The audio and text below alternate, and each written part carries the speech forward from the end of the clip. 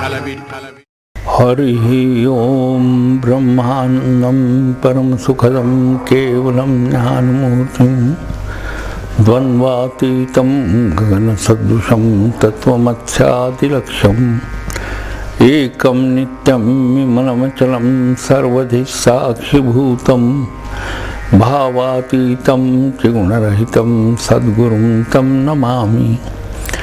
नमितो योगी थोर विरागी तत्वज्ञानी संत तो सत्कविवर परात्पर गुरु ज्ञानदेव भगवंत। शाश्वत आणि सनातन गुरुपीठ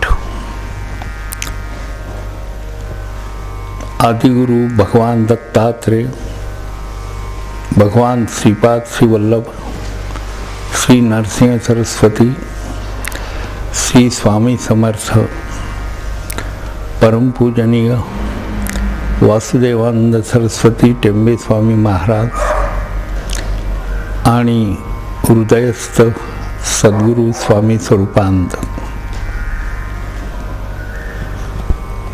एकंदर अध्यात्मशास्त्राचा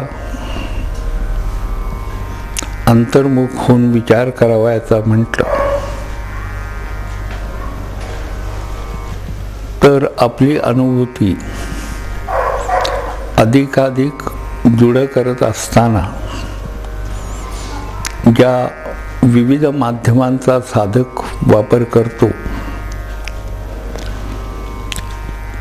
त्या माध्यमामध्ये परम ऐश्वर्यशाली आणि कोणत्याही प्रकारचा अपुरेपणा नसलेलं एकमेव माध्यम की ज्यासाठी संपूर्ण आयुष्य वेचावं लागतं ते म्हणजे परमात्मा हे आहे। या परमात्म्याच्या अनुसंधानात्मक प्रक्रियेमध्ये ज्यावेळी आपण आपला जीवन प्रवाह जास्तीत जास्त यथोचित कसा होईल या दृष्टीनं जेव्हा परमात्म्यासहित जीवन जगण्याचा प्रयत्न करतो तेव्हा त्या एकंदर प्रयत्नामध्ये जे विविध अशा प्रकारचे प्रयास करावे लागतात हे प्रयास संतांनी केलेले आहेत।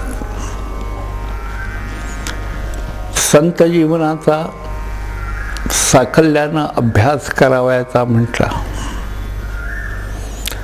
तर केवळ ग्रंथ वाचून किंवा ग्रंथांतर्गत तत्वज्ञानाचा विचार करत करत हा अभ्यास पूर्णतेला जात नाही। त्यासाठी म्हणून संतांनीच असं म्हटलेलं आहे की हा प्रयास करत असताना परमेश्वराची प्राप्ती करून घेण्यासाठी म्हणून अधिकाधिक प्रसन्नता जर कशाची आवश्यक असेल तर आपल्या देहांतर्गत जी मनाची योजना परमात्म्याने केलेली आहे त्या मनाच्या प्रसन्नतेची अतिशय आवश्यकता आहे। तुकारामांनी गाथा प्रगट केली आणि एकंदर गाथेतील सर्वच्या सर्व अभंग जरी आपण पाहिले तरी आपल्याला असं आढळून येईल की तुकारामांच्या वृत्ती प्रवाहाचा तो एक महान अशा प्रकारचा प्रयासच होता आणि हा प्रयास करता करता तुकाराम तपस्वीही झाले आणि यशस्वीही झाले। परमेश्वर कशासाठी हवा असा प्रश्न जेव्हा उपस्थित होतो तेव्हा या प्रश्नाचं उत्तर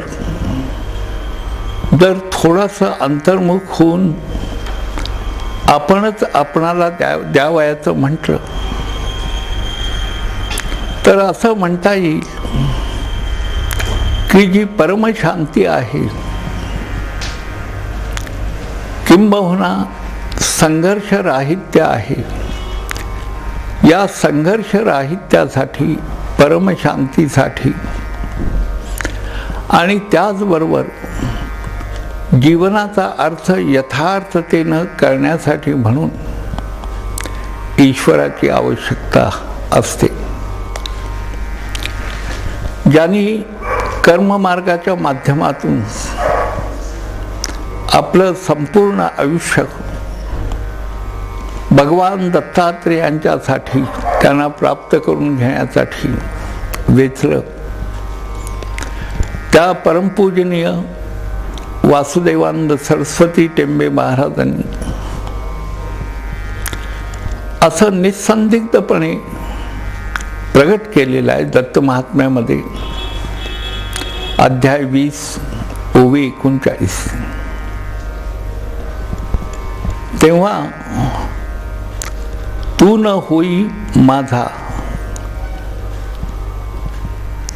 किंबहुना तेव्हा तू होई माझा, जरी न मी होई तुझा.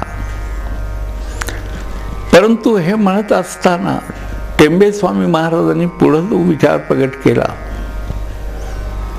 तो विचार अत्यंत महत्त्वाचा आहे. माझा सगळा प्रयत्न जो आहे तो अशासाठी आहे की तुझ्या प्राप्तीसाठी आहे, आणि ही प्राप्ती जर कशातून होणार असेल तर तुझ्यावरचं प्रेम वाढत गेल्यातून ही प्राप्ती होईल. भक्ती मार्गाचा एक अलिखित पण अतिशय अनुभव संपन्न अशा प्रकारचा सिद्धांत आहे. हा सिद्धांत असं सांगतो की आपल्यातला अपुरेपणा जर नष्ट करावयाचा असेल, भगवंताला यथार्थपणे जाणून घ्यावयाचा असेल, ईश्वरी तत्वाचा आपल्या आत्म्याशी सहयोग घडवून आणावयाचा असेल तर आपल्या हृदयांतर्गत त्याला प्रस्थापित करायला हवा. आणि हृदयांतर्गत परमेश्वर प्रस्थापित करण्यासाठी म्हणून विलक्षण प्रेमाचं तुफान अंतःकरणामध्ये सुटायला पाहिजे. प्रेमानं ज्या 5 गोष्टींची प्राप्ती होते, त्या 5 गोष्टींचा जर आपण विचार केला तर आपणाला असं आढळून येईल की प्रेमामध्ये एक विलक्षण अशा प्रकारची ताकद आहे. आणि या 5 गोष्टी जर कोणत्या असतील तर त्यातला पहिला भाग असा आहे की भगवंताची आठवण किंवा त्याच्यावर प्रेम करायचं जर ठरवलं तर त्याची ओढ अंतःकरणामध्ये निर्माण व्हावयास लागते. ही ओढ निर्माण होण्यासाठी काही काळ जावं लागतं, पण ही ओढ आवश्यक असते. आणि ती निर्माण जसजशी होईल तसतसं परमेश्वराशिवाय साधकाला असं वाटायला लागतं की मी स्वतः बेचैन होतोय, कारण तो परमात्मा कुठंतरी आसपास आहे, दडलेला आहे, पण तो काही मला सापडत नाही. त्याला शोधण्यासाठी म्हणून या ओढीचा उपयोग होतो. हा प्रेमाचा पहिला भाग आहे. ही ओढ लागल्यानंतर असं होतं. दुसरा भाग त्याचा असा आहे की बुद्धी तत्वाच्या माध्यमातून त्या परमात्म्याचं अनुसंधान व्हावयास लागतं. आणि जसजसं हे अनुसंधान अधिकाधिक वेळ व्हायला लागेल तसं बुद्धीलाही चैन पडेन असं होतं. तुला असं वाटतं की जो भगवंत ज्याच्या ठिकाणी सर्वार्थ आहेत आणि ज्ञान वैराग्य ऐश्वर्य यशस्वी आणि संपन्नता किंवा औदार्य या सगळ्या गोष्टी ज्याच्या ठिकाणी आहेत त्या परमात्म्याला भेटण्यासाठी म्हणून माझ्या अंतर्प्रवृत्ती या सदैव जागृत असायला हव्या. टेंबे स्वामी महाराजांनी जसं सांगितलं की तू माझा होत नाहीस, पण माझा होत तू जरी नसलास तरी सुद्धा तुझ्यासाठी मी असा प्रयत्नशील आहे की मी तुला तू माझाच आहेस असं समजतो.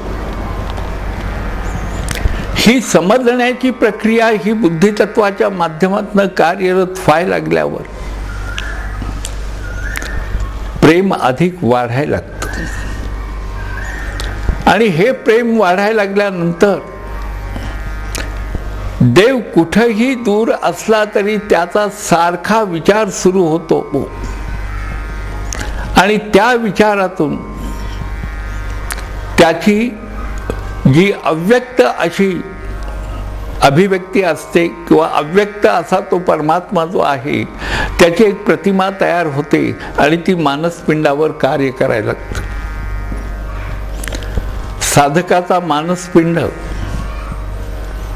जेव्हा त्याच्या बुद्धीशी सलगी करायला लागतो तेव्हा मन आणि बुद्धी यांचं ऐक्य व्हावं लागतं. हा तिसरा भाग आहे. प्रेमाचा तिसरा भाग जर कोणता असेल तर जी गोष्ट बुद्धितत्वावर उतरते ती गोष्ट मनाची सहयोग करायला लागते आणि मन आणि बुद्धी यांचं ऐक्य ज्ञानेश्वर माऊलींनी म्हणलेलं आहे की हे ऐक्य अतिशय महत्त्वाचं आहे.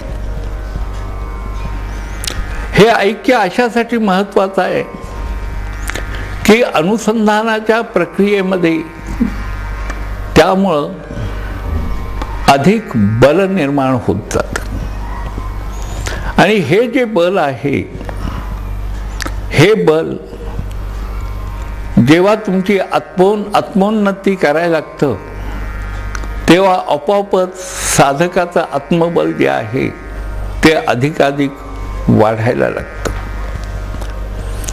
ही तिसरी प्रक्रिया झाल्यानंतर साधकाला ज्या संसारिक त्याच्या अवस्था असतात, संसार त्याला बेचैन करत असतो, त्या अवस्थापासून तो थोडासा बाजूला होतो. संसाराकडे त्याचं थोडंसं दुर्लक्ष व्हायला लागतं किंवा संसारात येणाऱ्या आपत्ती, विघ्न, संकट याविषयी थोडासा तो बेफिकीर व्हायला लागतो. या बेफिकिरीचं कारण जर कोणतं असेल तर साधकाला असं वाटतं की मला सुरक्षित करणारा, मला आधार असणारा जो परमात्मा आहे हा परमात्मा माझ्या संसारातील मला मदत केल्याशिवाय राहणार नाही. एक बाह्य संसार आहे पण बाहेरचा संसार आत घुसतो आणि जेव्हा वृत्तीशी निगडीत होतो तेव्हा साधकाच्या वृत्ती त्याला संत्रस्त करतात. त्याला काय करू आणि काय करू नये असं वाटायला लागतं. या अस्वस्थतेतून त्याला असं वाटतं की हा वृत्तिक्षोभ याचा क्षम जर व्हायचा असेल किंवा या वृत्तींना आवर घालायचा असेल तर तो आवर घालण्याचं सामर्थ्य फक्त त्या परमात्म्यामध्ये आहे. ज्या परमात्म्यावर तो प्रेम करायला प्रवृत्त झालेला असतो. अखंड प्रेममूर्ती असे जे भगवान नारद आहेत, त्यांनी सर्व परमार्थाचा अधिष्ठान एकच शब्द केलेला आहे. आणि तो शब्द जर कोणता असेल तर तो प्रेम हा शब्द आहे. नारदांनी अतिशय सुंदर रीतीनं आपल्या सूत्रामध्ये प्रेमावर सहज भाष्य केलं. याला सहज भाष्य असं म्हणण्याचं कारण असं आहे की आयुष्यामध्ये ज्यासाठी म्हणून प्रयास होतो, तप होतं, त्याची प्राप्ती झाल्यानंतर प्रगट होणारे बोल जे असतात ते कंठातून निर्माण होत नाहीत, तर ते परावाणीतून निर्माण होतात आणि ते आत्म्यातून निर्माण होतात. आणि हे बोल अक्षय अशा स्वरूपाचे असतात. प्रेमाच्या बाबतीत नारद मुनींनी अतिशय सुंदर असं भाष्य केलं. ते म्हणजे भक्ती. भक्ती म्हणजे काय तर परमप्रेम. परम या शब्दाचा अर्थच मुळात असा घ्यावा लागतो की ज्यामध्ये कोणत्याही प्रकारचा अपुरेपणा नाही, त्याला परमप्रेम असं म्हणतात. ज्या प्रेमामध्ये अपुरेपणा कोणत्याही प्रकारचा नाही. प्रेमाचा तिसरा भाग आपण बघितला तर हे प्रेम काय करतं तर साधकाच्या मनाच्या आणि बुद्धीशी या उभयतांची अशी काही भेट घडवून आणतं की ज्या योगे साधकाच्या अंतःकरणात ज्या विक्षेप शक्ती असतात, त्या विक्षेप शक्तींच्यावर विलक्षण अशा प्रकारचे प्रहार होत राहतात आणि त्या विक्षेप शक्ती आपोआप निर्बल होतात. नारद मुनींनी सांगितलं की परमप्रेम हे शुद्ध भक्तीचं अधिष्ठान आहे. तेव्हा हे अधिष्ठान जर आपल्या आयुष्यात लाभायचं असेल तर प्रेमातून निर्माण होणारा चौथा भाग जर कोणता असेल तर ज्या परमात्म्यावर, ज्या ईश्वरी अवतारावर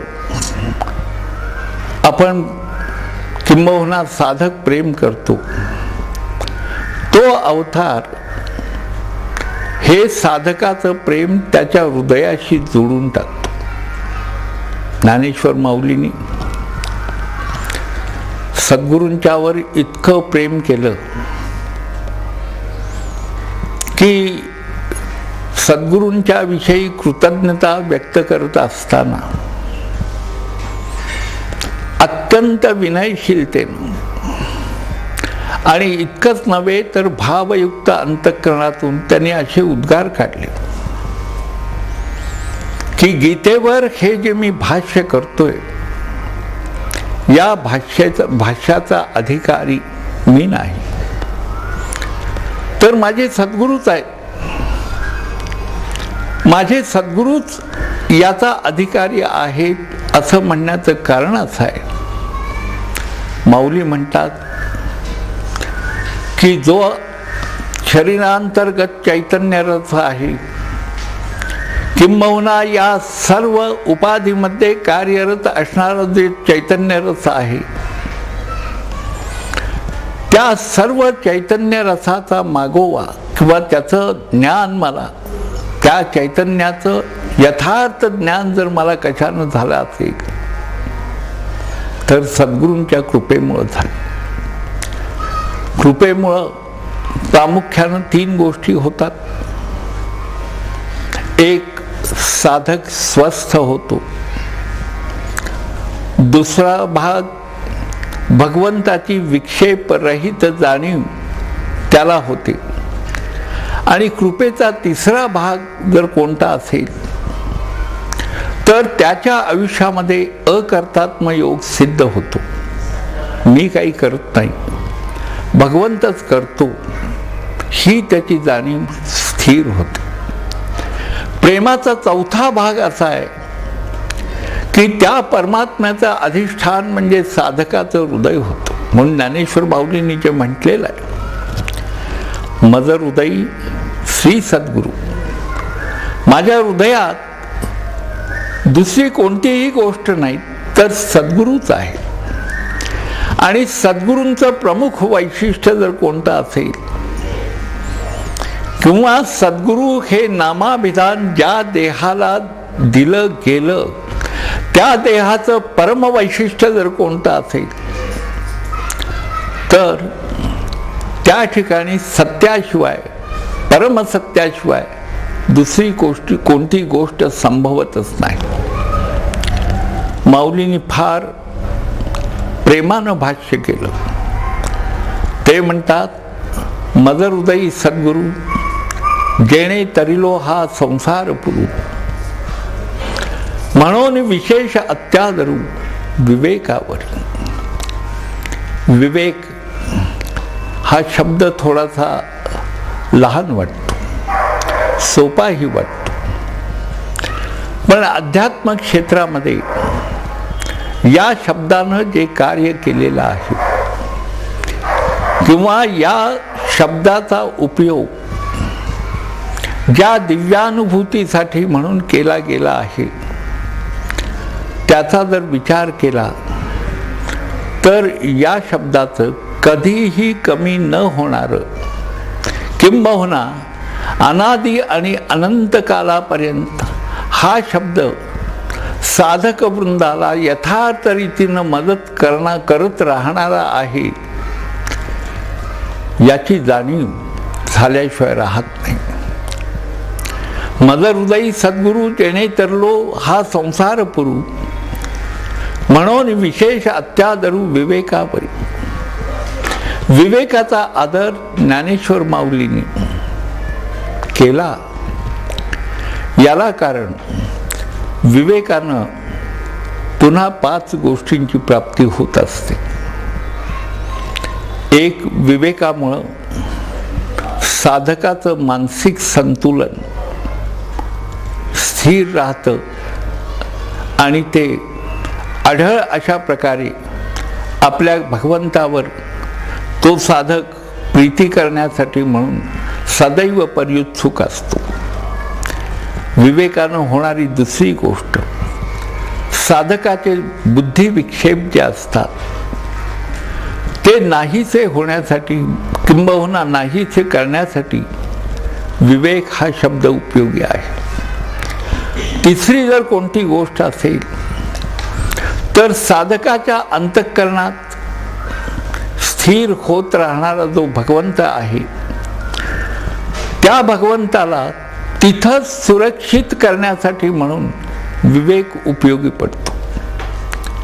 विवेकाचा चौथा भाग जर कोणता असेल तर साधक हा व्यष्टीरूप असतो, वैयक्तिक रीतीनं साधना करत असतो, पण विवेकानं परिप्लुत झालेला साधक हा हळूहळू व्यापक होत जातो आणि समष्टींच्या हृदयात सुद्धा तो स्थिर होत राहतो. विवेकानं होणारी 5वी गोष्ट, साधकाला भगवंताशिवाय विषय राहत नाही आणि साधना करत असताना आवश्यक असणारी अशी निर्विषय अवस्था द्यायला त्याला विवेक मदत करत असतो. टेंबे स्वामी महाराजांनी दत्त महाराजांना प्रार्थना केली. ही प्रार्थना करत असताना म्हणतात, देवा तू माझा आहेस किंवा नाहीस हा विषयच राहत नाही, मी मात्र तुझा आहे असा माझा दृढ भाव आहे. आणि या दृढ भावातून नेमकेपणानं काय होणार आहे? नेमकेपणानं हा माझा भाव, तुझ्यावरचं माझं जे प्रेम आहे हे प्रेम वाढवत राहणार आहे. हा भाव जोपर्यंत माझ्या हृदयात कार्यरत आहे तोपर्यंत तुझ्या प्रेमाच्या माध्यमातनं माझ्या आयुष्यामध्ये संपन्न होणारा अशा प्रकारचा सुंदर आणि सम्यक रस जर कोणता असेल तो भक्तिरस आहे.